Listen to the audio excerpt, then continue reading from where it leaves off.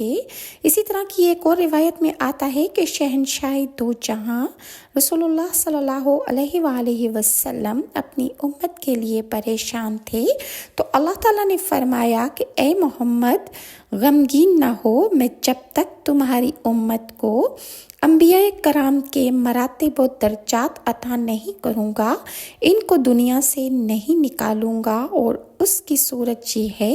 کہ انبیاء علیہ السلام کے پاس چونکہ فرشتے کلام پیام میں وحی اور اعزاز لے کر آتے تھے، اسی طرح شب قدر میں اللہ تعالیٰ کی طرف سے فرشتے سلام اور رحمت کے ساتھ امت محمدیہ صلی اللہ علیہ وآلہ وسلم پر نازل ہوتے ہیں۔ شب قدر میں 20 رکعت نماز نفل اس طرح ادا کی جائے کہ ہر رکعت میں سورہ فاتحہ کے بعد 21 بار سورہ اخلاص پڑھیں۔ وہ اپنے